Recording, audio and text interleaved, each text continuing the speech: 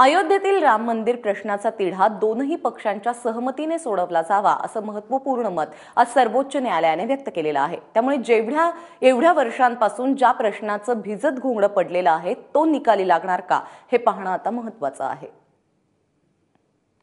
राम मंदिराचा प्रश्न संवेदनशील, दोन्ही पक्षांनी चर्चेद्वारे तोडगा काढावा। गरज वाटल्यास सुप्रीम कोर्टाचे न्यायाधीश मध्यस्थ म्हणून काम पाहतील। गेल्या 65 वर्षात ज्या खटल्यावर तोडगा निघाला नाही आणि प्रकरण कोर्टात गेलं त्या प्रकरणावर चर्चेतून तोडगा काढा असा सल्ला सर्वोच्च न्यायालयानं दिलाय।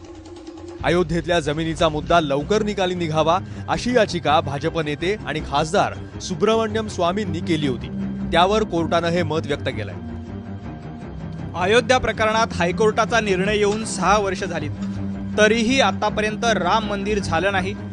प्रभू रामचंद्राचे करोडो भक्त पूजा अर्चेच्या अधिकारांपासून वंचित आहेत, त्यामुळे या प्रकरणी तातडीनं निकाल द्यावा। त्यासाठी विशेष खंडपीठाची स्थापना करावी लागेल। उन्हाळ्याच्या सुट्टीपूर्वी ते शक्य वाटत नाही। तुम्हाला तातडीनं निकाल हवा असेल तर तुम्ही हा वाद चर्चेतून का सोडवत नाही? अशा संवेदनशील प्रकरणातील प्रश्न विचार मंथनाने सुटलेला कधीही चांगला। या प्रकरणी जर दोन्ही पक्ष चर्चेसाठी तयार असतील तर एखाद्या न्यायमूर्तीची मध्यस्थी म्हणून निवड करू। मी स्वतःही त्यासाठी तयार आहे। चर्चेतून तोडगा काढण्याचा प्रयत्न यापूर्वीही झाला, मात्र सर्व पक्षकारांचं समाधान झालं नाही।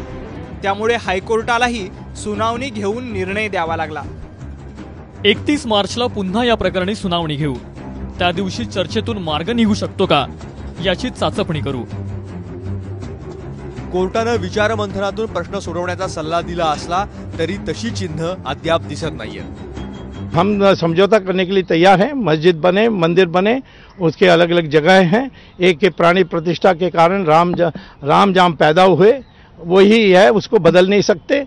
और मस्जिद तो कहीं भी बना सकते हैं, सड़क में भी नमाज पढ़ते हैं मुसलमान। और सऊदी अरेबिया में अपार्टमेंट बिल्डिंग बनाने के लिए या रोड के लिए वो मस्जिद को हटाते हैं, तोड़ते हैं। जिस जगह मस्जिद एक बार बन जाती है और वो वक्फ अल्लाह हो जाती है ज़मीन, तो उस ज़मीन का मालिक अल्लाह है और वहाँ हमेशा क़यामत तक वो जगह मस्जिद के ही हुक्म में रहेगी।